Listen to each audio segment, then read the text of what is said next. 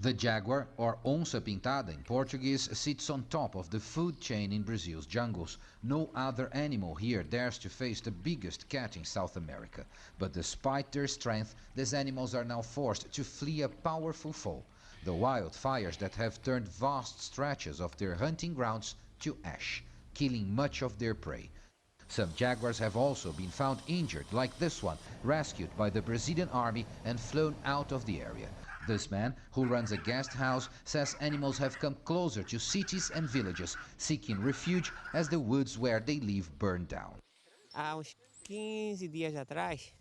15 days ago, a group of about 10 monkeys went up that tree, and I could hear them screaming. It was such a strong thing that I decided to record it.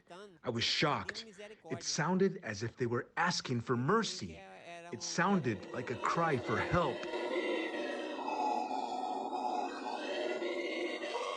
Here in this outpost, rescued animals are cared for before they are ready for release back into the wild, like this jabiru stork, known here as tuiuiu, a symbol of the Pantanal with a wounded wing, and this rodent, the paca, treated for a burnt paw.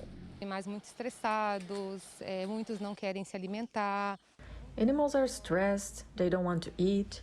Many are orphans now, so there are some 3 or 4 months old cubs that we have to care and even mouth feed.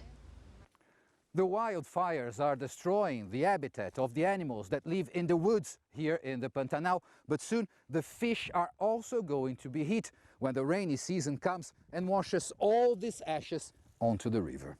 And the diminished fish supply will threaten the animals that feed on them, like this ariranhas, a kind of otter. Daniel Moura is a jungle guide who takes people to fish and watch the wildlife in the region, two important tourist draws and sources of local income. Here on the banks of the river, there are nesting areas for the fish that will be destroyed, and if there is less fish, that will impact the food chain all the way up to the big cats. Despite this year's ongoing destruction, the circle of life keeps turning in the Pantanal, and hopes are that once the season's fires are over, this will again be a sanctuary for the diverse species that live here. Paulo Cabral, CGTN, Pantanal do Mato Grosso, Brazil.